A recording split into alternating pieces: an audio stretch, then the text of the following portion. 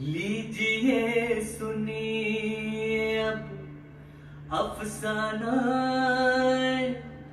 फुरकत मुझसे। लीजिए सुनिए अब अफसाना फुरकत मुझसे।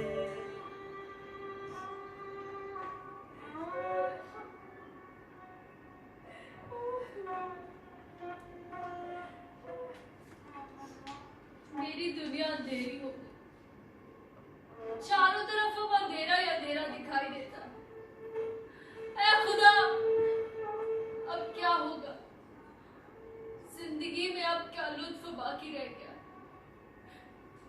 वो जिससे मुझे मोहब्बत थी, वो जिसकी खातिर मैं जिंदा थी, वो जो मेरे दिल की धड़कन थी, हमेशा हमेशा के लिए सो गई।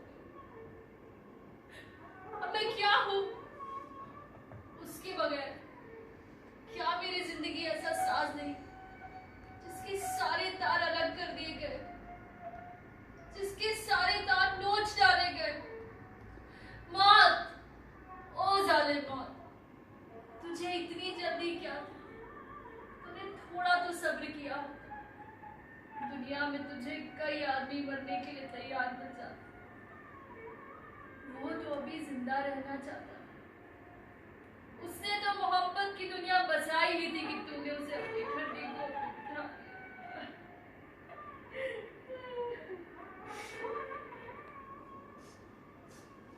ये रोना धोना कैसे? ये मैं क्या सोच रही हूँ? उसके साथ तो मेरी जिंदगी का भी खात्मा हो चुका। मुझे खुदकुशी करने में देर न करनी चाहिए।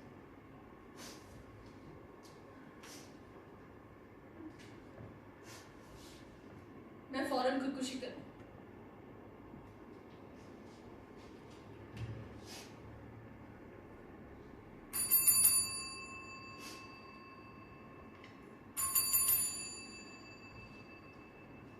जी सरकार, मैं खुदकुशी करना चाहती हूँ।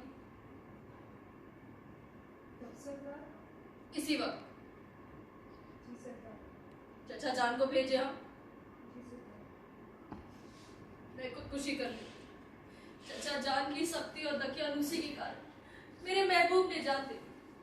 चाचा जान अगर शादी के लिए रजामंद हो जाते तो उसकी सेहत चुटकियों में ठीक हो जाती, लेकिन वो अपने हट पर कायम रहे। और बेटी, तुमने मुझे बुलाया है? हाँ, मैंने ही आपको बुलाया। क्या बात? मैं खुदकुशी करना चाहती हूँ। ख्याल बुरा नहीं, लेकिन तुम्हारा इरादा कब का है? इसी वक्त, अभी अभी। अभी? अभी तो 12 बजे और मैं ठीक 12:15 सो जाने का आदी हूँ। खुदकुशी करने से पहले तुम्हें कुछ लिखना भी होगा, इसमें काफी वक्त लगेगा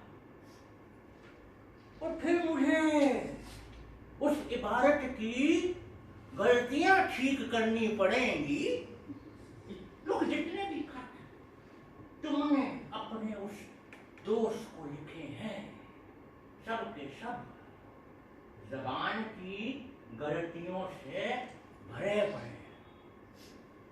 मैं नहीं चाहता कि जो तुम्हारी आखिरी तहरीर होगी, जो कई आदमियों की नजरों से गुजरेगी, गलत सलत हो। मेरी जबानदानी मशहूर है, लोग मेरे शेर सनद के तौर पर पेश करते हैं, और अगर तुम्हारी तहरीर में लिखावट और ग्रामर की गलतियां मौजूद रही, मेरी तो नाक कट जाएगी। मैं जुबान की परवाह नहीं करती। मैं हमेशा ख्यालों को तरजीह देती रही हूँ और अपनी आखिरी तहरीर में भी इस खूबी को कायम रखूंगी। जुबान आखिर है क्या? इसको इतनी अहमियत क्यों दी जाती है? मेरे खत जिनकी गलतियों से आपका नाक कटता है। नाक कटता नहीं है, नाक कटती है। मैं जानती हूँ, लेकिन आपकी नाक किसी भी सूरत में नहीं कट सकती चाचा जान, क्योंकि आपकी नाक अगर कट सकती तो विलायत से आप वो मशीन कभी ना मंगवाते जिससे मोटी नाकें पतली और छोटी हो जाती है। तुम नाजायज ही मेरी नाक पर हमला कर रही हो। आप बेजा मेरी जुबान पे एतराज कर रहे हैं। तुम तो बदतमीजी की आखिरी हद तक पहुंचकर तरक्की पसंद हो गई हो। आप मुझे गाली दे रहे हैं जिसका आपको कोई हक नहीं। तुम भूलती हो मैं तुम्हारा चचा हूँ। मैं भूल गई थी कि आप वाकई मेरे चचा हैं, जिसका बहुत बड़ा सबूत ये है कि आपने मुझे अपनी मर्जी की शादी करने की इजाजत ना दी। अपनी मर्जी से कोई मर्द या औरत शादी करे तो उसे रूमान लड़ाना कहते हैं, जो कि शरीफ घरानों में बहुत ही बुरा समझा जाता है। मैं शरीफ आदमी हूँ क्या? मैं शरीफ आदमी हूँ, और शरीफ आदमी होने के साथ साथ क्योंकि तुम्हारा चचा हूँ, इसलिए मैंने तुम्हें रुमान लड़ाने की इजाजत नहीं दी। आप इसे रुमान लड़ाना क्यों कहते हैं? ये बहुत ही बुरा मालूम होता है। उस्तादों ने सब यूं ही लिखा है, इसमें अब कोई तब्दीली नहीं हो सकती। रुमान लड़ाना बहुत भद्दी तरकीब है। मुर्गी लड़ाए जाते हैं, बटेरे लड़ाई जाती हैं। ये रुमाल लड़ाना क्या हुआ चचा जान? तुम खुदकुशी करने वाली? मैं खुदकुशी करने वाली थी नहीं, बल्कि मुझे आपसे इजाजत लेनी थी। मेरी तरफ से तुम्हें इजाजत है। खुदा करे कि तुम इसमें कामयाब हो। कामयाबी की दुआ का शुक्रिया, लेकिन इससे पहले कि मैं अपनी जान अपने हाथों से हलाक करूं, मैं ये पूरी तसल्ली करना चाहती हूँ कि मेरे इस काम से आपकी नाक को तो कोई सदमा ना पहुंचेगा। नहीं, मौत से नाक को सदमा पहुंचने का खतरा बहुत ही कम है। और फिर जब तुम अपनी आखिरी तहरीर में ये साफ साफ लिख दोगी कि मैंने यानी कि तुमने अपनी जिंदगी का खात्मा इसलिए किया क्योंकि मुझे यानी कि तुम्हें फला आदमी से पाक मोहब्बत थी। पाक का लफ्ज बहुत जरूरी है। तो क्या मोहब्बत खुद ही पाक नहीं होती? ना, मोहब्बत अकेली पाक नहीं हो सकती जब तक कि उसे साफ साफ बयान न किया जाए। तो क्या मुझे मोहब्बत के साथ पाक जरूर लिखना पड़ेगा? तुम इसकी फिक्र ना करो, मैं इस तहरीर का मसौदा तुम्हें तैयार करके दे दूंगा और तुम्हारा काम तो सिर्फ नकल करना है। और अगर मैं आपकी इबारत नकल करने से इनकार कर दूं तो? फिर मैं तुम्हें खुदकुशी की इजाजत नहीं दूंगा। चूंकि मुझे खुदकुशी करनी है, इसीलिए मैं आपकी इबारत नकल कर रही हूँ। बेहतर है। फरमाइए, इस तहरीर का मसौदा मुझे कब मिल जाएगा? कल सुबह नाश्ते पर। जरा खुशखत लिखिएगा ताकि मैं आसानी से पढ़ लूं। आप घसीट में लिखने के आदी हैं। मैं अपनी लिखावट नहीं बदल सकता। तुम्हें 3-4 बार पढ़कर सुना दूंगा, फिर मेरा ख्याल है कि तुम्हें नकल करने में दिक्कत पेश ना आए। बहुत बेहतर। मैं चलता हूँ। शबाश। शबाश है। रात को अब सोते वक्त मैं इसका मजमून सोचूंगा और मुझे यकीन है बहुत ही शानदार बन जाएगा।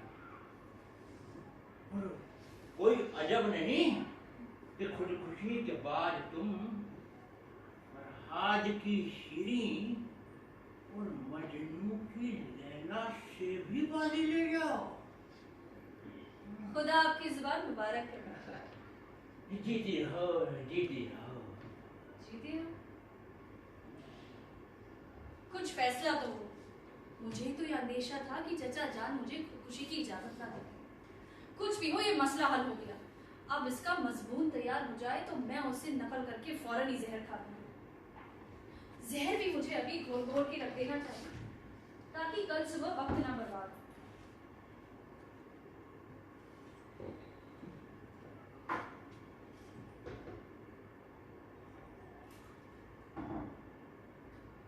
यानी कल सुबह नाश्ते पर चाय की बजाय जहर भी ना होगा।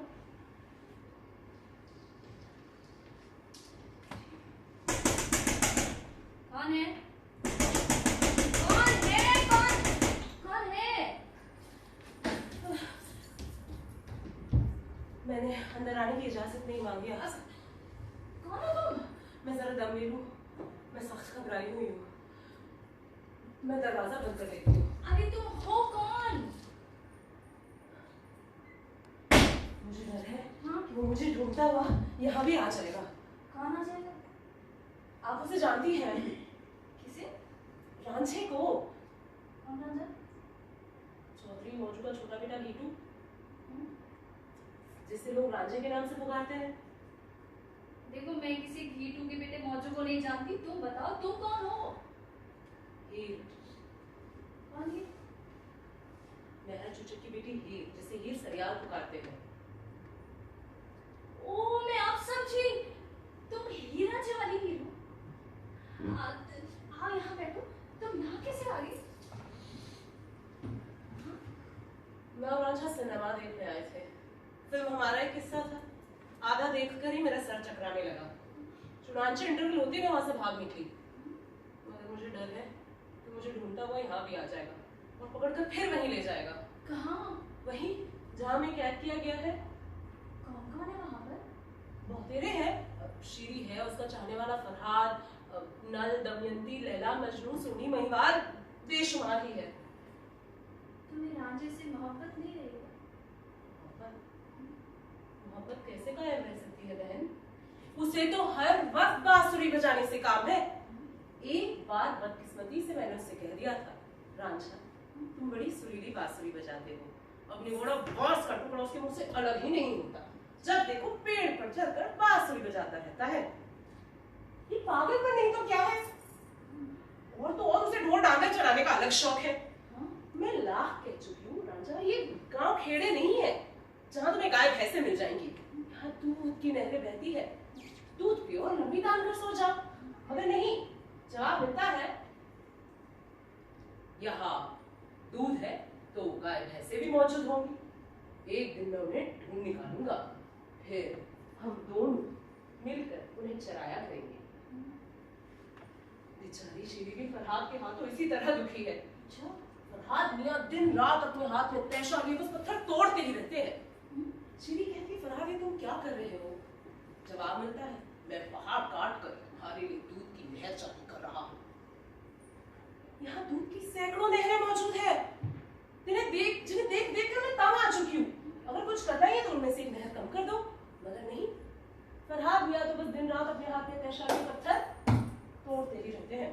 ये तो मुसीबत हुई। मुसीबत जैसी मुसीबत। बस हमारी सिर्फ यही गलती कि हमने उन मर्दों के लिए अपनी जान दे दी। सोनी की हालत तो मैं बयां नहीं कर सकती। महिवाल साहब दिन रात अपने रान के गोश्त का कीमा बनाते रहते हैं और उस नसीबो जली को मजबूर करते हैं कि उस रान के गोश्त के कीमे के बने कबाब खाए। उस बेचारी को उक्काइयों पर उक्काइयां आती है और महिवाल साहब रान के गोश्त के कीमे के बने कबाब उसी मुंह में ठूसते ही रहते हैं। अब एक बार हिमाकत कर चुकी है तो सजा भुगत रही है। तो लैला का भी बुरा? जी हाँ, नहीं, हाँ, लैला मजनू से लाख कह चुकी है कि मजनू मुझे मत ढूंढ। मगर नहीं, मजनू लैला को छोड़कर रेगिस्तान की खाक छानते फिरते हैं। लैला, ओ लैला! मैं तो समझती थी कि तुम लोग बहुत खुश हो। खुश? खाक भी खुश नहीं बहन। बस ये दुनिया जल्द से जल्द खत्म हो जाए और हमें इस मुसीबत से निजात मिले। मैं तो उस दिन को रोती हूँ जिस दिन बिना सोचे समझे मैंने खुदकुशी कर ली। मोहब्बत हुई थी मगर उसमें मर जाना क्या जरूरी था? शीर फरहाद से एक पल भर के लिए जुदा नहीं हो सकती, रांझा और हीर अलग नहीं रह सकते। तो जिंदगी ही बेकार हो गई है। लो जनाब आ गए, बांसुरी बजाते हो। दुनिया कितनी तरक्की कर चुकी है, अगर कुछ करना ही है तो वायलिन बजाए, गिटार या सैक्सोफोन, मगर नहीं, इन्हें तो बस बांसुरी ही बजानी है। मेरी किस्मत में तो यही बांसुरी की ताने लिखी है बहन। तुम अपना ख्याल रखो। चलती हूँ। खुदा।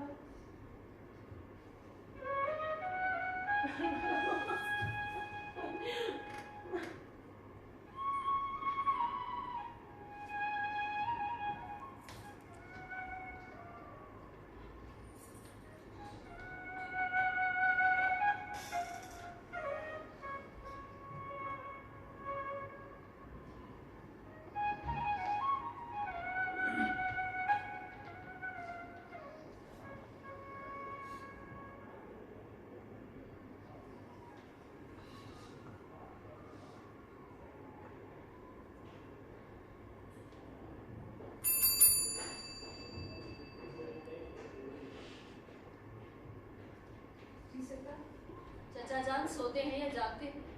जी जागते हैं। मुझे अपने पास बिठाकर आपके लिए पाक मोहब्बत पर मजबूर सोच रहे हैं। चाचा जान से कह दो कि तुम्हें अपने पास बिठाकर पाक मोहब्बत पर मजबूर ना सोचो। मैंने खुदकुशी का ख्याल छोड़ दिया है। बहुत अच्छा सरकार। देखो श्री, दस्तक न दो, पढ़ो क्या लिखा है। क्या लिखा है? तुम इतनी जल्दबाजी क्यों करती हो? ये देखो तुम्हारे सामने क्या है लिखा है, मेहरबानी करके दस्तक न दीजिए। अरे दस्तक ना दे तो क्या करे? अरे वो करो जो लिखा है। हाँ तो क्या लिखा है? ये तुम्हारी जिंदा बड़ी अजीब किस्म की, यानी सब कुछ पढ़ चुकी हो फिर भी मुझसे पूछे जा रही हो कि क्या लिखा है। वाह खुदा, बेवकूफ है वो लोग जो तुम्हें अपना समझते हैं। मैं इस वक्त बहस करने के मूड में नहीं हूँ। तुम्हें बताना होगा कि क्या लिखा है। लिखा है दस्तक न दीजिए, साहबे खाना को आवाज दीजिए। ये जो तुम्हारा साबित खाना है ना, दीवाना है। खुदा का वास्ता आहिस्ता बोलो, वो सुन लेगा तो क्या होगा? भाई मैं चला। जमान ठहरो, जमान।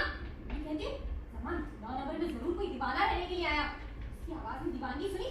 चलो अल्लाह कसम भागो। मैंने सब कुछ सुन लिया है, तुम अब घर चलो।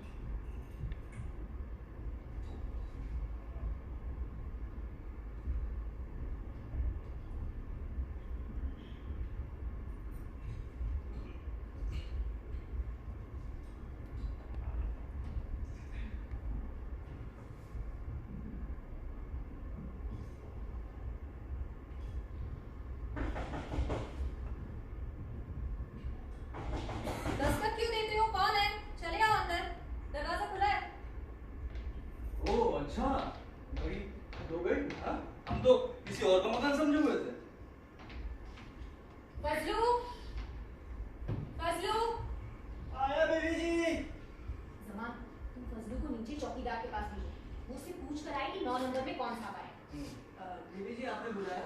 देखो फजलू, तुम नीचे चौकीदार के पास जाओ और उससे बातों बातों में पूछो कि 9 नंबर में कौन सा है। जी बात है। क्या नाम है, कहाँ से है, क्या काम करते हैं, शादीशुदा है या इतनी बातें पूछने की क्या जरूरत है, सिर्फ नाम ही काफी है। नहीं फजलू, तुम ये सब कुछ दरियाफ्त करो। बहुत अच्छा बीबी जी। ये आदमी मुझे अजीबोगरीब मालूम होता है। ये तुमने कैसे जाना? इंसान के अंदर एक छठी हिस्स होती है, यही हिस्स मुझसे कहती है। खैर हो, मैं मालिक मकान को टेलीफोन करती हूँ। उन्हें इस आदमी के बारे में बहुत सी बातें मालूम होंगी।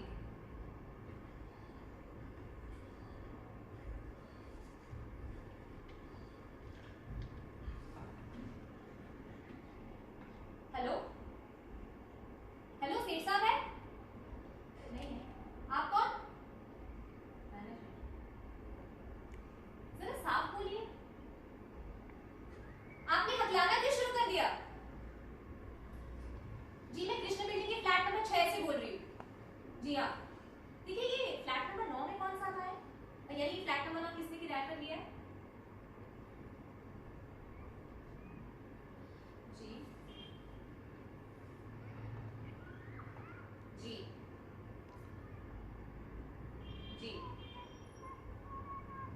तो आपको उसके बारे में कोई नहीं है। लेकिन मैं पूछती हूँ, आपने असली किराएदार का नाम पता क्यों दरियाफ्त नहीं किया? जी कुछ नहीं, शुक्रिया। क्या कहता है? ये लोग अजब बेवकूफ हैं। एक तो औरत की आवाज सुनकर यूं बौखला जाते जैसे कि मैं क्या करूं। और ये कहाँ का दस्तूर हुआ कि नाम पता किसी और का लिख लिया जाए और रहने के लिए कोई दूसरा है। कहता है कोई साहब जिसका नाम ख्वाजा गुलाम हसन है आए, किराया अदा किया और कहा कि किराएनामे पर उनका नाम लिखा जाए, क्योंकि उनके दोस्त जो कि 9 नंबर के असली किराएदार है कभी अपने नाम से कोई मकान किराए पर नहीं लिया करते। तुम्हारी छठी इसके दुरुस्त होने का ये पहला सबूत है। सरकार चौकीदार को तो इस बारे में कुछ पता ही नहीं है कि 9 नंबर के मकान में कौन रहता है। तुमने उससे कुछ पूछा भी था या बस बीड़ी पीकर लौट आए हो? अरे नहीं बीबी जी, क्या बात करते हो। मैंने ना उससे सारी बातें कुरेद कर पूछी, पर उसे कुछ मालूम भी हो। वो तो कहता है कि 9 नंबर के साहब के बारे में उसे इस बात के सिवाय कुछ मालूम ही नहीं कि वो जमीन पे सोते हैं। जमीन पर सोते हैं? जी बीबी जी। और ये बात चौकीदार को कैसे मालूम हुई? वो रानी है ना, उसने बताया। उसने साहब को एक दिन बगैर बिस्तर तकिए के सीमेंट के फर्श पर लेटे देखा था। कुछ और? नहीं बीबी जी, और तो कुछ नहीं बताया उसने। ठीक है बीबी जी। हेलो फजलू, रानी अभी भी बिल्डिंग में ही होगी, जाओ उसे देखो और अगर मिल जाए तो फौरन मेरे पास भेजो। ठीक है बीबी जी। कहना एक जरूरी काम। बहुत अच्छा बीबी जी, अभी बुलाता हूँ। वाह वहशत। श्री, मेरी समझ में नहीं आता तुम उस आदमी में इतनी दिलचस्पी क्यों ले रही हो? तुम्हें तो मर्दों से नफरत है। मुझे उसमें खास भी दिलचस्पी नहीं, मैं तो सिर्फ ये भी अच्छी रही। दिलचस्पी नहीं तो ये बाल की खाल क्यों निकाले जा रही हो? हाँ? भाई श्री, मुझे हंसी तो इस बात पर आती है कि तुम जितना उस आदमी के बाबत दरियाफ्त करती हो उतना ही वो भूलभुलैया बनता जाता है। मैं कहता हूँ उसे जानने की क्या जरूरत है? चलो फिर हटाओ इस किस्से को।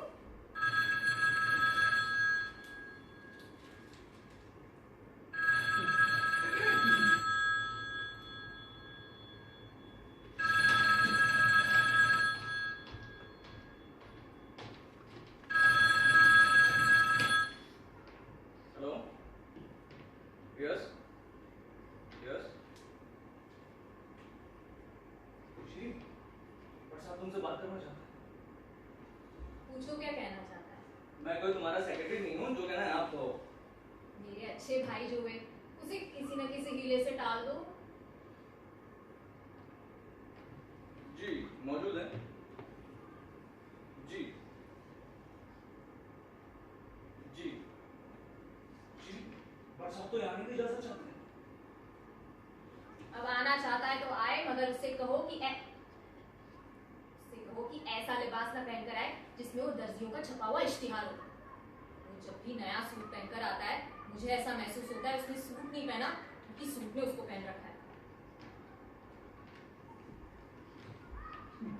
हेलो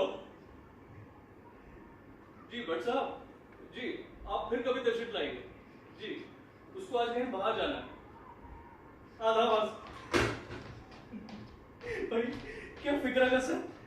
मैं सच कहती हूँ, कॉलर में उसकी गर्दन और पतलून में उसकी टांगे हमेशा ये सोचती रहती कि हाय हम ये किस मुसीबत में फंसे। सच बात तो ये है श्री कि तुम्हें मर्दों से खुदा वास्ता कर रहा है, यानी तुम्हें कोई खाता ही नहीं। अच्छा भला ये बताओ, उस बेचारे निसार में क्या नुक्स? बेहद शरीफ है, मिलनसार है, नेक है। उसका तो मुझे मुंह ही पसंद नहीं। जब वो बात करता है ना तो उसका मुंह इकन्नी डालकर प्लेटफॉर्म टिकट निकालने वाली मशीन की झीरी सा बन जाता है। कहीं ऐसा ना हो किसी दिन मैं उसके खुले हुए मुंह में इकन्नी डाल दूं।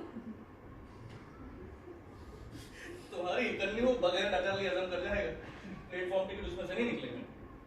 अच्छा तो शौकत के बारे में तुम्हारा क्या ख्याल है? खुदा के लिए उसकी बात ना करो। वो जब भी आता है और कुछ देर बैठता है मुझे उससे दूध की बू आती रहती है। ये भी अच्छी रही। और नहीं तो क्या, ये भी जब तक वो दूध ही की बात करेगा जैसे कि दुनिया में गाय भैंसों और बकरियों के सिवा कुछ है ही नहीं। मुझे दूध से सब चढ़े। अव्वल तो दूध की रंगत ऐसी कि कोई शरीफ आदमी उसे पसंद नहीं कर सकता। दूसरा उसका जायका बहुत वाहियात। यूं तो घंटों तक तबीयत मिलाती रहती है। मगर शौकत के सामने तुमने कभी अपने इन ख्यालों का इज़हार नहीं किया। उसकी वजह ये है कि वो मुझे उसकी विटामिन गिनवाना शुरू कर देता है और विटामिन को समझना मेरे समझ से परे। मैं किसी कूल जरूर किस्म के शायरों के सोनेट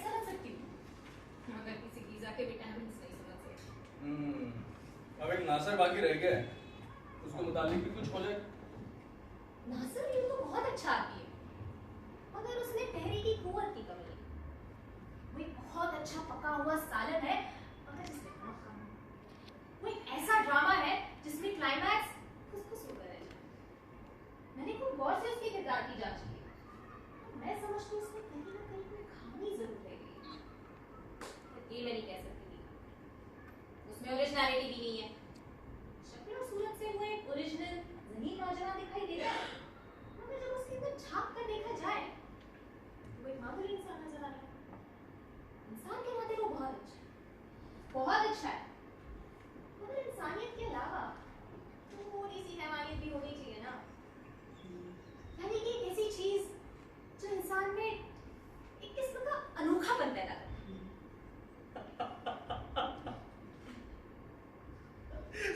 तुम मेरा मतलब नहीं समझोगे।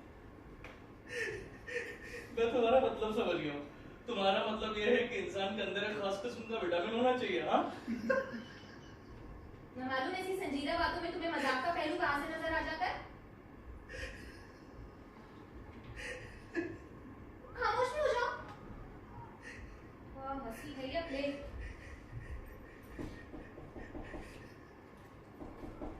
देखो कौन आया। अरे जो भी होगा खुद ब खुद आ जाएगा। अरे ये तो खुद नासर है। आदाब। आदाबर्स, ये दिल्ली है।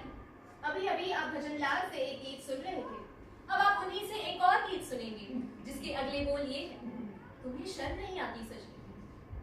हाँ सर, खुदा के लिए यूं अंदर दाखिल होते ही आदाब अर्ज ना किया करो, यूं मालूम होता है रेडियो बोल पड़ा है। अब बैठ के जाओ। आओ, कैसे आए?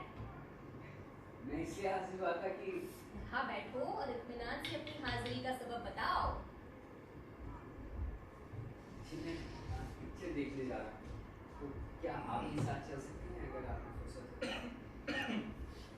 बस तुम यही पूछ रहे थे? जी हम फकत यही पूछ रहे हैं। पिक्चर अच्छी है, मुझे यकीन है कि आपका वक्त ज़ाया ना होगा। ये तुमने कैसे जाना इसका वक्त जाया ना होगा? हाँ, इसका वक्त तो अच्छी से अच्छी चीज देखने पर भी जाया हो जाया करता है, खुद पूछ लो। दीदी जी।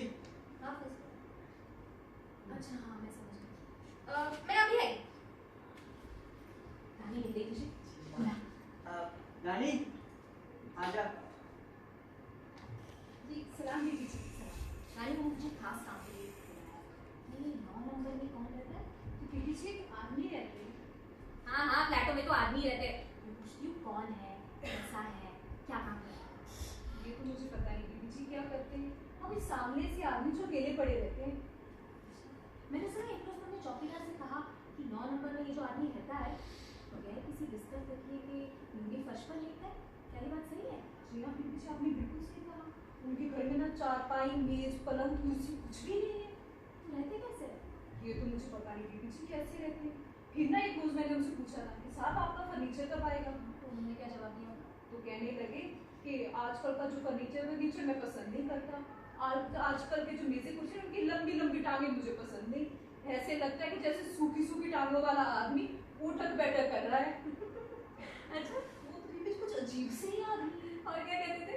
और अब मैं आपसे क्या कहूँ, कहने लगे कि अगर मैंने मेज़ें कुर्सियाँ मंगवाई तो उनकी टांगों को ठपने के लिए पतलूने भी बनवाऊंगा। अच्छा और कोई बात उनके मुतालिक मालूम हो? और तो कोई बात नहीं दीदी जी। हाँ उनको ना सफाई बहुत पसंद है। मुझसे ना हर सारे कमरों के फर्श धुलवाते हैं वो। खाना कहाँ से? खाना दीदी जी उनका किसी होटल से आता है। बस मुझे यही पूछना है। ठीक है सलाम दीदी जी। अच्छा ठहरो, हाँ उसका नाम जानती हो? नाम नहीं दीदी जी, नाम नहीं मुझे पता। अच्छा ठीक है सलाम दीदी। अच्छा तो मतलब अल्लाह हाफ़िज़। अल्लाह हाफ़िज़। बस जा रहे हो? कुछ देर बैठोगे नहीं? जी फिर कभी आऊँगा। आपने तो पिक्चर देखने से इनकार कर दिया। ये जो तुम मुझे हमेशा आप करते रहते हो ना, इसीलिए मैं तुम्हारे साथ कहीं जाने को तैयार नहीं। यानी जब भी तुम आते हो खुलकर बात ही नहीं करते। आखिर तुम्हें हो क्या गया? यहाँ जितने लोग आते हैं उनमें से सिर्फ एक तुम हो जिसको मैं पसंद करती हूँ। इससे मेरा बात ही करने को जी चाहता है। मगर तुम कुछ ऐसी आप आपकी उलझनों में पड़ते हो कि अदालती जबान में लिखी हुई अर्जी बनकर रह जाओ। उस रोज तुम मुझे सिनेमा ले गए। जी खुदा की कसम, मैं तुम्हारी खामोशी से इस कदर परेशान हो गई थी कि जी चाहता था उठकर दौड़ती हुई जाओ और सामने चलती हुई फिल्म में घुस जाओ। जी मुझे अफसोस है कि मेरी वजह से उस रोज आपको इतनी तकलीफ उठानी पड़ी। ओह, कैसे बर्फ जैसे ठंडे इंसान से वास्ता पड़ा है। और कुछ नहीं तो ये कहकर मेरा दिल खुश कर दिया होगा कि तुम बेवकूफ हो जो खामोशी से घबराती। मैं ऐसा कैसे कह सकता हूँ, मुझे खुद खामोशी अच्छी नहीं लगती। इस आदत को दूर क्यों नहीं करते? जी ये आदत दूर हो सकती है अगर मेरी शादी किसी ऐसी औरत से हो जाए जो खूबसूरत बातें करती। इससे तुम्हारा मतलब? जी मैं खूबसूरत बातें करने वाली औरतों को पसंद करता हूँ, तो अगर मेरी शादी किसी ऐसी औरत से हो जाए जो खूबसूरत बातें करती है तो मेरी खामोशी पसंद तबीयत में इनकलाब आ सकता साफ साफ क्यों नहीं कहते कि तुम मुझसे शादी करना चाहते हो? है। जी मैंने इशारे में एक बार आपसे दरख्वास्त किया था और नाचीज ने इशारे से जनाब को जवाब दे दिया। जी मैं आपका इशारा समझ नहीं सका। तो लीजिए, अब की बात मुझसे सुन ले कि आपकी और मेरी शादी सिर्फ इसलिए नहीं हो सकती क्योंकि आप जरूरत से ज्यादा शरीफ आदमी हैं। जी आप में और सब खूबियां मौजूद है, मगर आप में ओरिजिनलिटी बिल्कुल। ओरिजिनलिटी से आपका क्या मतलब है? वो चीज जो आप में नहीं। मगर आपको देर हो जाएगी, सिनेमा का वक्त हो रहा है। जी हाँ। अच्छा आधा बस। ये आप कैसे? जी हाँ क्यों? ऐसे ही। अच्छा आधा आधा बस। आधा आधा बस।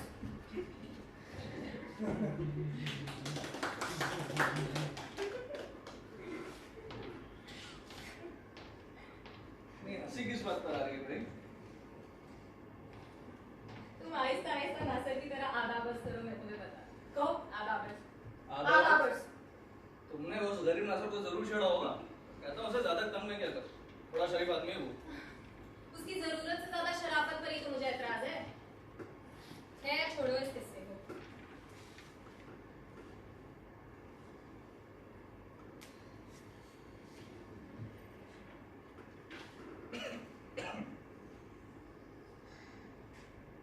तुम्हारा इस फर्नीचर के बारे में क्या ख्याल है?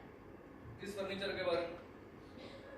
ये जो इस कमरे में पड़ा है, क्या तुम्हें कुर्सियों की टांगें कुछ नंगी नंगी दिखाई नहीं देती? मैं तुम्हारा मतलब नहीं समझा।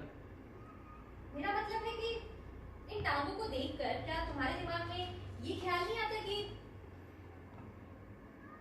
मैं कहना चाहती हूँ कि ये टांगें तुम्हें कुछ नंगी नंगी दिखाई नहीं देती? क्या वो बड़ा सी बातें कर रही हो तुम? हाँ? क्या इन मेजों और कुर्सियों के लिए क्या तुम कोई लिबास तैयार करना चाहती हो? हाँ? तरक्की पसंदी ना जाने कितनी तरक्की कर गई इस दौर में। लो बाबा, मेरी तौबा, भूल हुई मुझसे जो मैंने ये बात शुरू की।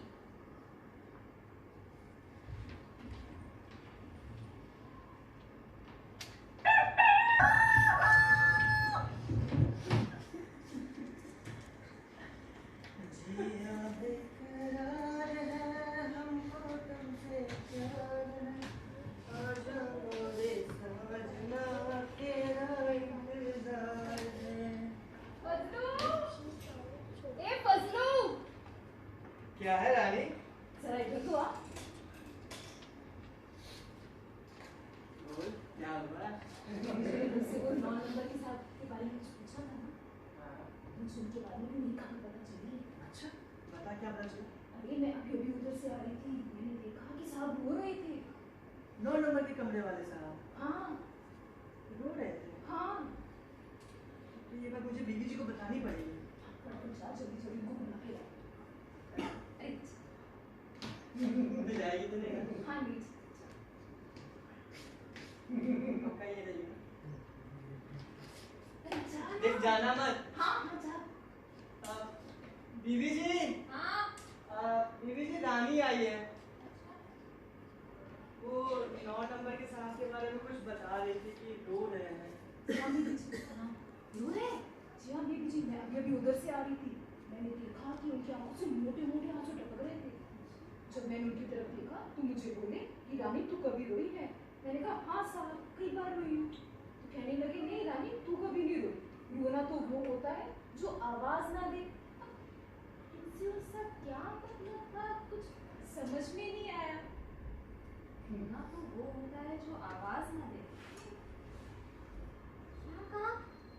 नहीं बीबी जी। अच्छा कोई और बात? नहीं बीबी जी, मैं तो जल्दी जल्दी में सारे कमरे साफ किए और मैं इधर चले आई।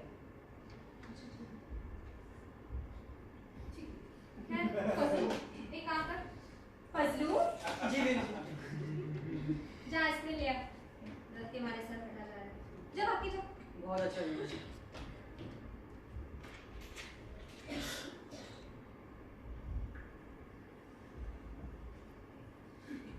जमान, जमान, जमान, अभी तक सो रहे हो क्या? हाँ अभी अभी उठा हूँ बस। सुना तुमने? नानी ने मुझे अभी अभी बताया है कि वो 9 नंबर का पुरस्कार आदमी रो रहा है। हाँ, तो क्या होगा? हंसना रोना तो सभी के साथ होता है। मेरा मतलब है कि कोई बहुत बड़ा सदमा होगा ना जब वो रोया। ऐसा हो सकता है। मेरा ख्याल है कि तुम जाओ और उससे मिलो। बहुत मुमकिन है कि हम उसका कुछ दर्द कम कर सकें। उसकी शक्ल तक तो मैंने अभी तक देखी नहीं है, ना तो मैं उसे जानता हूँ। इसी बहाने मुलाकात भी हो जाएगी। बीवी जी, ये आइसक्रीम ले आया। हाँ, मुझे दे। बीवी जी, जमान, तुम उठो और आ जाओ। वो 9 नंबर के कमरे से ना किसी के गाने की आवाज आ रही है। खाने की आवाज? जी हाँ। कौन गा रहा है? अब बीवी जी ये तो हमें पता नहीं कौन गा रहा है। अच्छा, आवाज मर्द की है या औरत की? आवाज तो किसी मर्द की है, लेकिन है बड़ी सुरीली। खुद सुनकर आती हूँ। अच्छा, दरवाजा खुला है या बंद? दरवाजा दरवाजा बंद है बीवी जी। अरे तुम खामा क्यों हो साथ में दिलचस्पी ले रही हो? तुम्हारे सिर में दर्द है, यहाँ बैठो आराम करो बस। मैं अभी आई।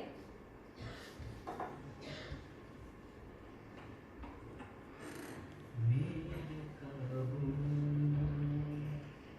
न पहरों दिल नाशाद आया, मेरे काबू में न पहरों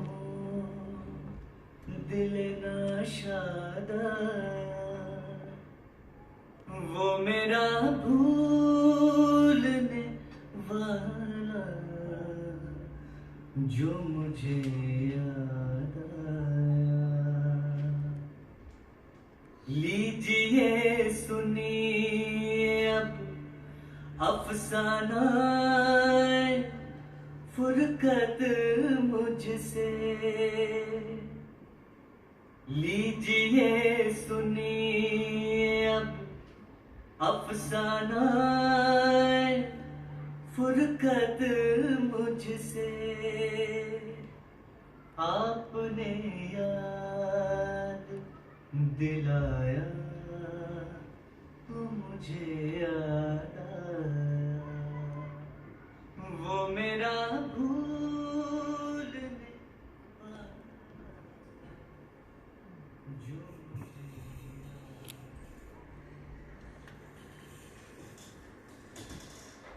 आपकी बस में सब कुछ है मगर सुनाई होगा ना? कोई इस फ्लैट में दाग की एक फड़कती हुई गजल गा रहा है। अच्छा गला पाया है। आवाज में दर्द है और उस दर्द में खुलूस। अच्छा शेर है। लीजिए सुनिए अब अफसाना है फुरकत मुझसे, आपने याद दिलाया तो मुझे याद आया। बहुत अच्छा शेर है। हाँ, दाग का दीवान। पर इससे कुछ देर पहले तो वो रो रहा था। क्या बात है, मेरी तो कुछ भी समझ में नहीं आई। ये आदमी अजब कोई नहीं बनता चला जा रहा है। क्या कहा? कुछ नहीं, ये शेर भी अच्छा है।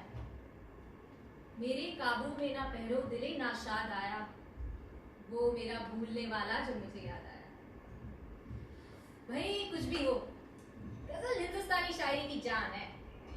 मजबूर जमान साहब है क्या? जी हाँ, अंदर ही है, आ जाइए। जमान, नासिर आए। नासिर साहब अंदर तशरीफ ले आइए। आदाब। तस्लीमात, ये कैसी तबीयत? अल्लाह का शुक्र है। फरमाइए, आप खैरियत से तो है? जी हाँ, बिल्कुल तंदुरुस्त। जमान साहब आप उधर खड़े क्या पढ़ रहे हैं? दाग का दीवान। 9 नंबर में एक साहब आए, उनके मुंह से दाग की एक गजल सुनी। खूब गाते हैं। जी, आपकी उनसे मुलाकात हुई? मुलाकात तो नहीं हुई। मैं बाहर कॉरिडोर में खड़ी थी, अंदर से गाने की आवाज। चुनाचे मैं कुछ देर खड़ी बस ये गजल सुनती रही। मालूम नहीं कौन है? आप उनको बिल्कुल नहीं जानते। अब कैसे जान सकते, जबकि वो घर के बाहर ये बड़ा नोटिस लगाए रखते हैं, आज राहे करम दस्तक ना दीजिए, साहबे खाना को आवाज दीजिए। जाहिर है। मैं सोचती हूँ साथी की बड़ी अजीबोगरीब आदतें हैं। घर में इसकी कोई कुर्सी, मेज, तिकारी, चारपाई, मेरा कुछ भी नहीं। कभी हंसता है, कभी रोता है। ये आपको कैसे मालूम हुआ? इसकी तफसील में जाने की क्या जरूरत, बस किसी न किसी तरीके से मालूम कर लिया। मैं आपसे ये इसलिए पूछ रहा था कि मैं उस आदमी को बहुत अच्छी तरह से जानता हूँ। किसको? वही जो कमरा नंबर 9 में रहता है। क्या नाम है उसका? नाम कुछ अहमद, लेकिन मैं उसे बहुत अच्छी तरह से जानता हूँ। तो आप उनसे हमारा इंट्रोडक्शन करा सकते हैं? चलिए अभी चलिए। चलिए, मगर कहीं वो बुरा ना माने, मुमकिन है कि वो थोड़ी चिड़चिड़ी तबीयत का हो। जी नहीं, वो तो बेहद शरीफ आदमी है। अच्छा, आइए जवान साहब, आप भी चलिए। हाँ? नहीं मुझे कपड़े बदलने पड़ेंगे और मैं ये पढ़ रहा हम हूँ। दोनों चलते।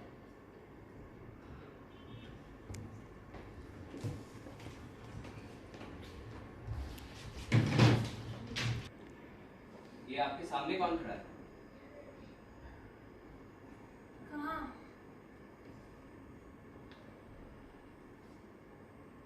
शरीफ। जरूरत से ज्यादा भोलापन है, ये मुझे बिल्कुल पसंद नहीं। जाहिरा तुम शोख और चंचल हो, मगर असल में तुम हाथ दर्जे की भोली भाली हो। इतने दिन हो गए तुम्हें मुझसे मिलते हुए, लेकिन तुमने मुझे बिल्कुल नहीं समझा। कमरा नंबर 9 में रहने वाला आदमी मेरे सिवा कौन हो सकता? ये क्या कह रहे हो? अब खामोश हो जाओ, ऐसा ना हो कि मैं बिगड़ जाऊं। बैठो बैठो, चाय पिए।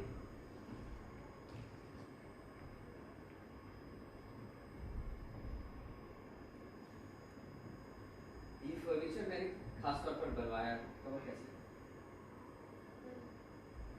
ये कैसे हो सकता है?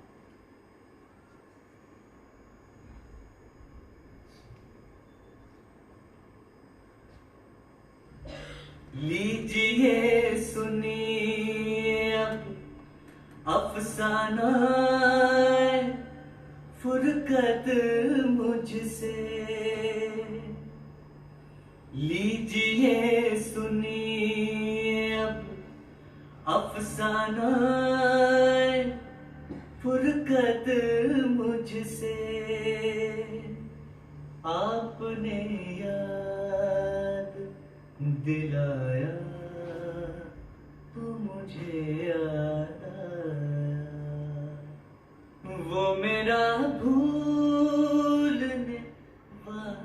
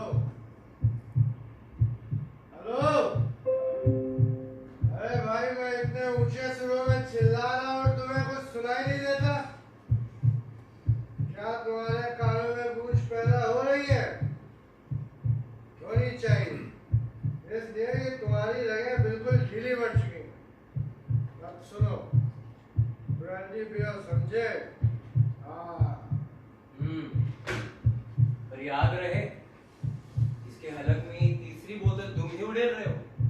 तुम्हारा वक्त तो ये कट ही जाता है। और शामत इस बेचारे दिल की आती है, देखो देखो किस कदर जोर से धड़क रहा है। धड़कने दो, धड़कना ही तो जिंदगी की निशानी है और तुम तो चाहते हो इस पर घसी की हालत बनी रहे और हमारे तीसरे साथी की तरह हमेशा के लिए गूंगा हो जाए। वाह, क्या कहने इस जिंदगी के।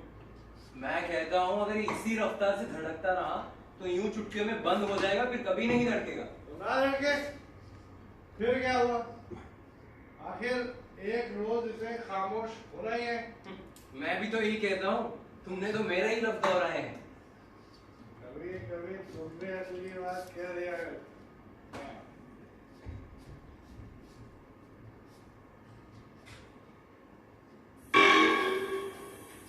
देखो जो कहना हो जुबानी कहो, रगों को हाथ लगाया तो बहुत बुरा होगा। मैं तुमसे पहले भी कह चुका हूँ। कह चुके हो? कौन कह चुका है और किस हद की बिना पर?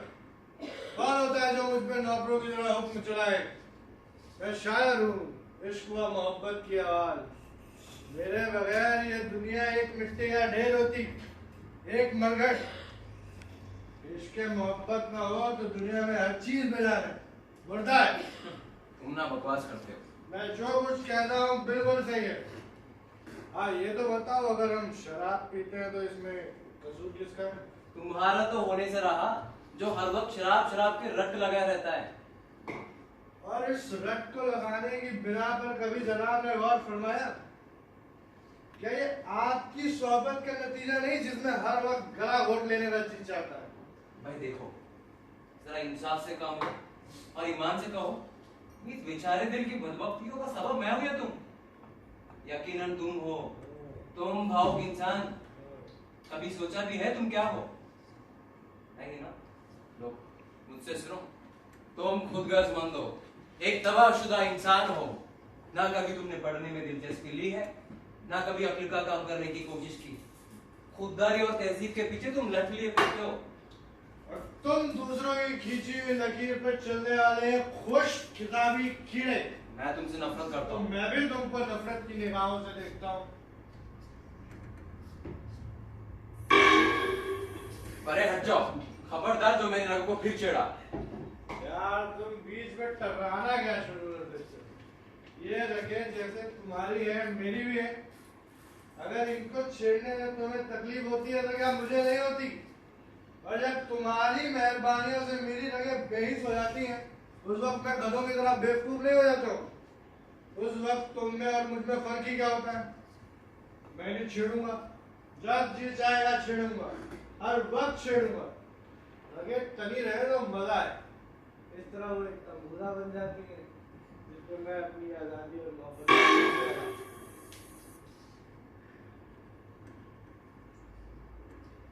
पी, खूब पी और जी भर कर पी।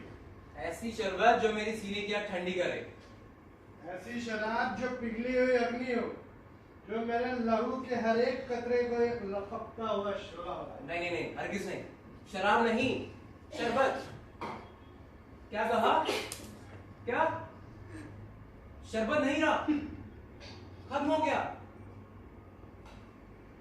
तो सोचता क्या है? जा जा भाग कर अख्तर की दुकान से ले आ। सिर्फ एक गिलास तो चाहिए।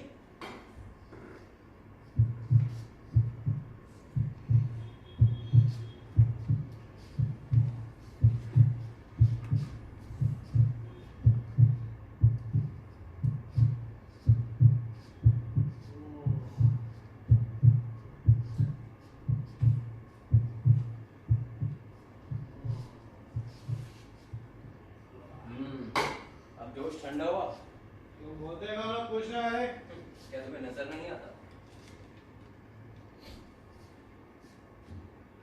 यार ये हमारा साथी नंबर 3 हमेशा सोता ही क्यों है? ये तो है ही खामोश भाई, हमेशा की तरह चुपचाप सो रहा है। अगर इसे तंग किया या सताया तो याद रखना तुम्हारे हक में अच्छा साबित ना होगा।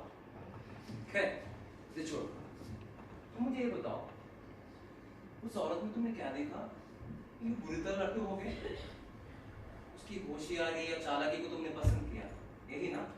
यही ना? और इतनी सी बात के लिए अपनी बीवी और बच्चों को ठुकरा देना कहाँ की अक्लमंदी है? माफ करना दोस्त, तुम्हारा ये काम अच्छा नहीं। ये अलग बात है हम जंगली और वहशी आदमी बन जाए और हर रोज एक नई औरत को अपने घर में बसाए। सिर्फ जिस्म पर गौर करे और एक खूबसूरत अनश्वर की खूबसूरत इमारत पर गौर ही ना करे। मेरा मतलब रूह से है। तो तुम्हारे विश्वासों और ख्यालों की किसे परवाह है, जबकि वो हसीन है। वो हसीन है और हुस्न के सामने ऐसी बेवजह दलीलें नहीं चल सकती। तुम जैसे वैशी इंसान के आगे दलील देना भैंस के आगे बीन बजाने एक ही बात है। तो ये कहिए ना कि पागल और अहमक से पाला पड़ा है।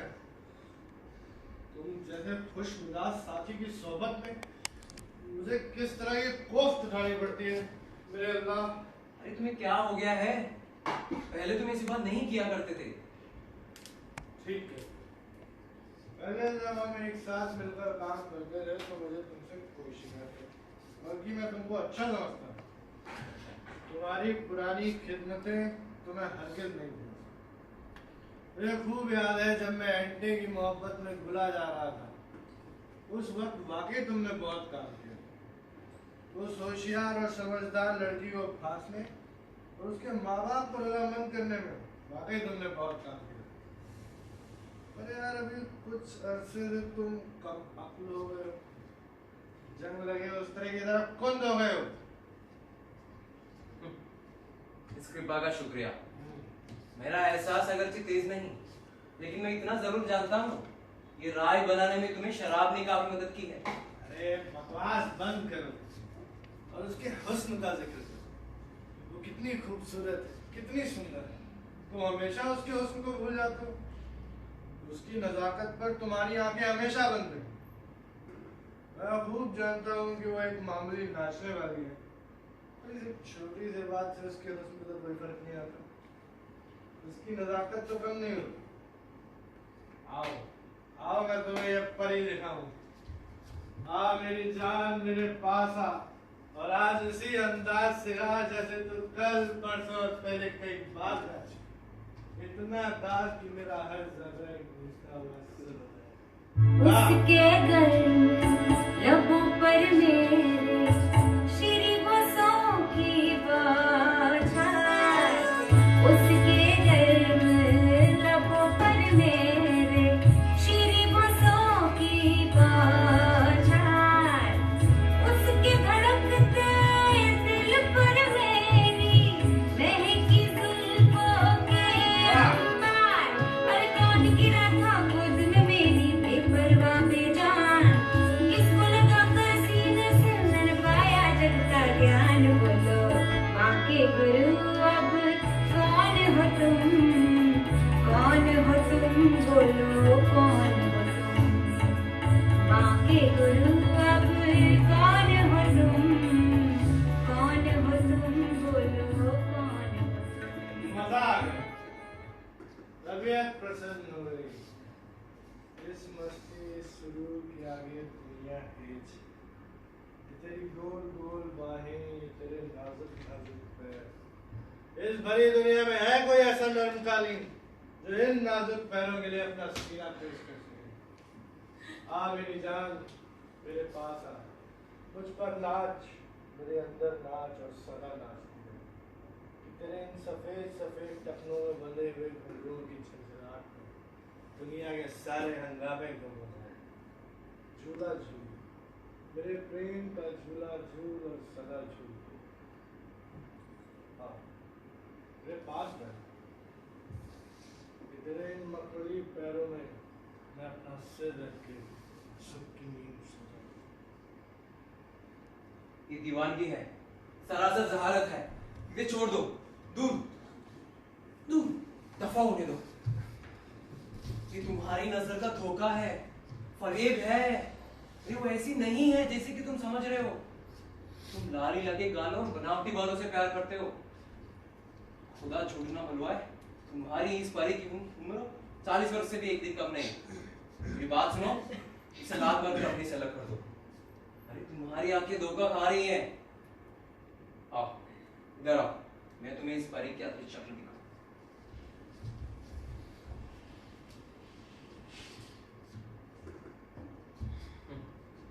देख लिया? कहाँ गए इसके वो नाजुक नाजुक पैर?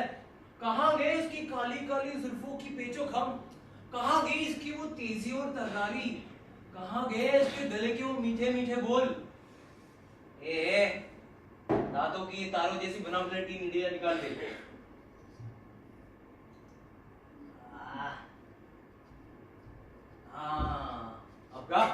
अबगा नहीं नहीं, हकीकत नहीं हो सकती, ये सब झूठ है। जा चुड़ैल, मेरी नजरों से दूर रखा। बस भन्ना गए।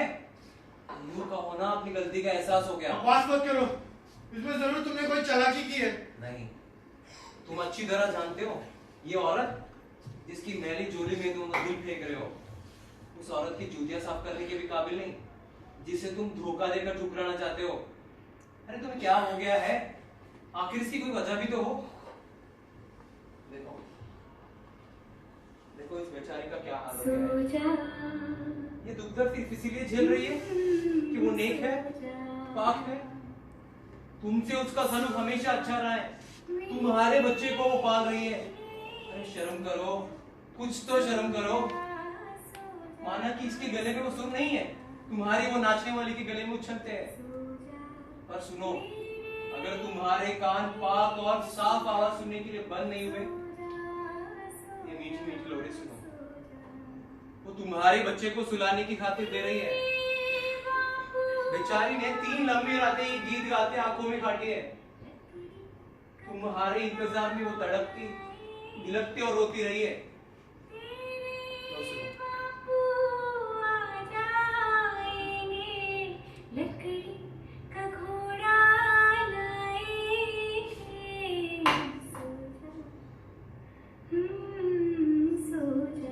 बस, अब मजाक से गुजर चुका है। ये सब झूठ है, बेहुदा बकवास है। ये किसी नकली नाटक की बॉडी हीरोइन है। ये ऐसी नहीं जैसी कि तुम जाहिर करते हो। मैं इसको अच्छी तरह से जानता हूँ। ये मेरी जिंदगी के प्याले में जहर की एक मोटी बूंद है। वो शायरी से खाली है, खुशी और जज्बात उसमें जरा भी मौजूद नहीं। बेलुत्फ, बिल्कुल बेलुत्फ। आओ आओ, मैं तुम्हें उसका असली रूप दिखाऊं। लो सुनो उसकी बातें। ऐसी जिंदगी पर अगर मेरे माँ बाप को मालूम होता कि ये वैशी मेरे साथ ऐसा सलूक करेगा तो कभी इसके पल्ले ना बांधते। अरे मैं तो कहती हूँ कि ऐसे शराबी आदमी को दफ्तर वाले धक्के मारकर बाहर क्यों नहीं निकाल देते, जिसकी औंधी खोपड़ी में पिए बिना हरकत पैदा ही नहीं होती, जिसको औलाद एक आंख नहीं पाती। यहाँ घर में ठहरना मियां साहब के लिए पल भर के लिए मुश्किल होता है और अनहोनी सौदों के कोठों पर रज जगे होते हैं, मुजरे सुने जाते हैं। निगोड़ी बलाएं चुड़ैले ना रहे इस दुनिया के तख्ते पर। किसी दिन ये मुई वैश्य से लड़कर आएगा और मुझे जहर दे देगा, बच्चों का गला घोट देगा। ना खुदा का खौफ, ना बंदों का डर, और यूं तो अल्लाह के फजल से दिमाग में घुस पड़ा है, फलसफा बगाड़ेंगे। और तो और मियां साहब आजादी के बड़े ही हिमायती हैं। जब देखो आजादी आजादी की रट लगी रहती है कि इनके जुल्म सितम की छुरी इस शान पर और तेज हो जाए। तो ऐसा क्यों ना करूं, इन्हें आज ही आजाद कर दूं। ठीक, बिल्कुल ठीक। यही है ड्रामे की असली रंग, जिसके कारण मेरा उस रकासा का रिश्ता मजबूत हुआ है, जिसने मेरी जिंदगी में जादू फूंक दिया है। हाँ मेरी जान, एक बार फिर फिजा में सुरों का छिड़काव कर दे, एक बार फिर तरंगों में तारे बिखेर दे, एक बार फिर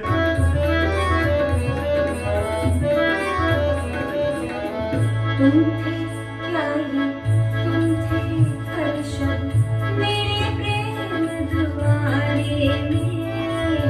तुम थे क्या ये, तुम थे कल शब्द मेरे प्रेम दुआरे में। क्या जानूं मैं कौन आया था तेरे दिल के अंधियारे में। अरे कौन गिरा था गोद में मेरी बेपरवाह जान, किसको लगा कर सीने से मैंने पाया जग का ज्ञान। बंद करो इस नाच को, जाओ यहाँ से चली जाओ। देखो मैं तुमसे विनती करती हूँ, यहाँ से चली जाओ। तुम्हारा यहाँ कोई हक नहीं। ठीक है क्यों? इसका यहाँ कोई हक नहीं। जब तुम मोहब्बत नहीं करते, जब तुम छोटी से छोटी कुर्बानी नहीं कर सकते, जब तुम अपनी जिंदगी में ऐसे कई लोगों की आशना रही हो, तो बताओ तुम मेरा हक कैसे छीन सकते हो? अगर तुम्हारे पहलू में दिल अभी भी मुर्दा नहीं हुआ तो इसे छोड़। मुझे इसकी जरूरत, मुझे इसकी मोहब्बत, इसकी मदद मोहब्बत की तुमसे कहीं ज्यादा जरूरत है। ये तमाम बातें मैं इतनी बार सुन चुकी हूँ कि अब दिल पर इनका कोई असर नहीं होता। चलो हटो मेरे रास्ते से। धक्का क्यों देती है? चल सीधी तरह दफा हो जाए यहाँ से। अच्छा, तो अब तुम मुझे धमकाने भी लगी। मैं तुम्हारी दबेल नहीं हूँ जो उनकी इधर धक्कियों में आ जाओ।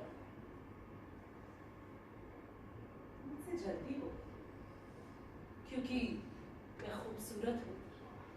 लोग मेरी तरफ ललचाई नजरों से देखते हैं। मेरे मुंह से बोल यूं उड़ते हैं जैसे शैंपेन की बोतलों से। शाबाश मेरी जान, शाबाश। शरीफ बहू बेटियों की मुंह लगते तुम्हें शर्म नहीं आती? बाजार में बिकने वाली लौंडी। बाजार में बिकने वाली लौंडी की भी एक ही कही। और बानू साहिबा, आप कौन है? जब सरकार ने इनसे शादी की थी तो क्या खुद को बेचा नहीं था? अपने शब्द फौरन वापस लेती थी। वरना क्या? आंखें तो यूं दिखा रही है जैसे खाई जाएगी। सीधे तन चली जा वरना चुटिया पकड़ के तुझे बाहर निकाल दूंगी। बानू साहिबा, यहाँ से तशरीफ ले जाए। मेरे बच्चों का सब्र बड़े तुझ है। तुझ पर कड़कती बिजली के ना रहे तो दुनिया के तख्ते पर मेरे एक एक बाल नोच डालूंगी मैं। बुद्धि से जुबान खिंचवा लूंगी। तकले से तीर निकलवा दूंगी। शाबाश मेरी जान, शाबाश। चल हट मुंह घेरा कर। तुझे तो हाथ लगाते शर्म आती है। वो वही गंदी कीचड़ की मेढकी। औरत खबरदार जो तूने उसे हाथ लगाया। तुम्हें शर्म नहीं आती? अपनी नेक बीवी की इस बाजारी औरत के सामने तौहीन कर रहे हो? तुम यकीनन पागल हो गए हो। इसमें दखल देने वाले होते कौन हो? मैं जो नेकोबत को अच्छी तरह समझता हूँ, तुम्हारा दिमाग चल गया है। ये जलील औरत तुम्हारी नेक बीवी पर हाथ उठा रही है और तुम तमाशा देख रहे हो। लानत है तुम पर।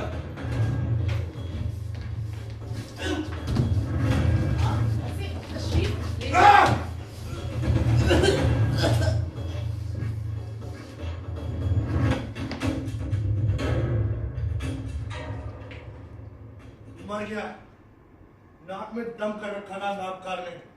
चलो अच्छा हुआ, रोज रोज का झगड़ा खत्म हुआ। अब मैं आजाद, अपनी महबूबा से मोहब्बत करने के लिए आजाद हूँ। आ मेरी जान, मेरे पास आ मेरे मन मंदिर की देवी, आ मेरे पास आ। अब तो सारी की सारी मेरी आ। नहीं, ये सब मजाक था। मैं तुम्हारी नहीं हो सकती। पहले दाम फिर तलाक। तुम मेरे बाजार में इश्क का खोटा सिक्का चलाना चाहते हो। मुझे मोहब्बत के तराजू में तोड़ना चाहते हो। नहीं। अरे मेरे भोले भाले आशिक। हाँ, नहीं। नहीं, तुम्हारे पास दौलत नहीं रही, मेरे पास अदाएं नहीं रही। नहीं, मैं तुम्हारी नहीं हो सकती क्योंकि ये सब मजाक था। मेरे अल्लाह, ये मैं क्या देख रहा हूँ?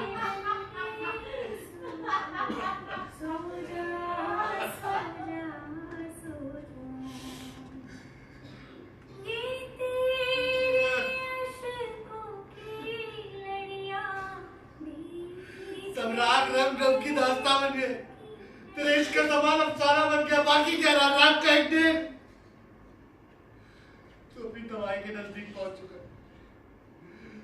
जल्दी कर, जल्दी कर, इस दुख से निजात पाने का सिर्फ एक ही रास्ता बाकी है। खुदकुशी, खुदकुशी।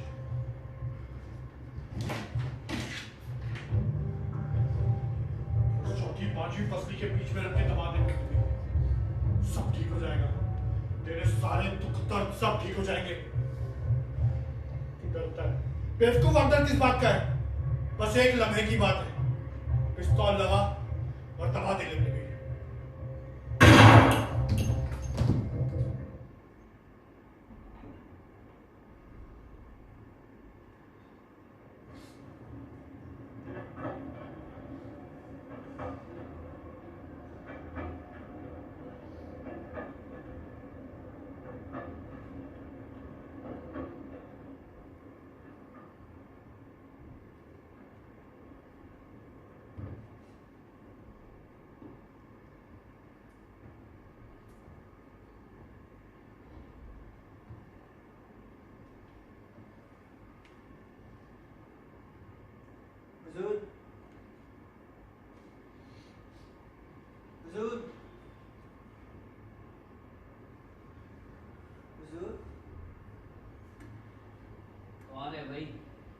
पे आराम कर रहे हो? हुजूर मैं पोर्टर हूँ, आत्मनगर आ चुका है और आपको गाड़ी इस स्टेशन से बदलनी है।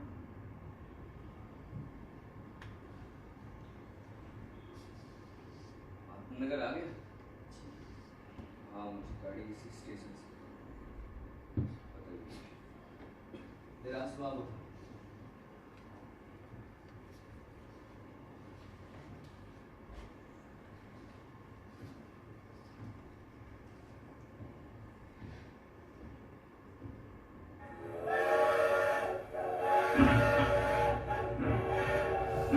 मेरे काबू में न पहरों दिल नाशादा, वो मेरा भूलने वाला जो मुझे याद